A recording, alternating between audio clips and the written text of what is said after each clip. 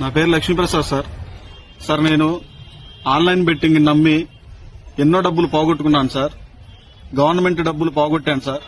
నేను online betting నమ్మి మోసపోయాను sir. నేను తప్పు చేశానని నాకు ఈ రోజు అర్థమైంది సార్. సార్ నేను తప్పు చేశాను సార్, నన్ను క్షమించండి సార్. కమిషనర్ గారు నన్ను క్షమించండి సార్. సార్ నాకు ఒక నెల అవకాశం ఇస్తే నేను ఆ డబ్బులు ఎలాగైనా సరే మా అమ్మ మా నాన్నలు బతిలాడుకొని నేను తెచ్చి కట్టగలను సార్.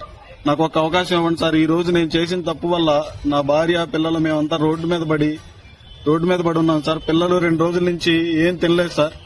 ఎన్నో ఇబ్బందులు పడుతున్నాం సార్. సార్ నాకు ఒక నెల అవకాశం ఇప్పించండి సార్. నేను తప్పు తెలుసుకున్నాను సార్. ఈసారి మళ్ళా రిపీట్ చేయండి సార్. నాకు ఒక్క అవకాశం ఇవ్వండి సార్. కమిషనర్ గారు, సార్ కలెక్టర్ సార్, ఒక్క అవకాశం ఇప్పించండి సార్ నాకు.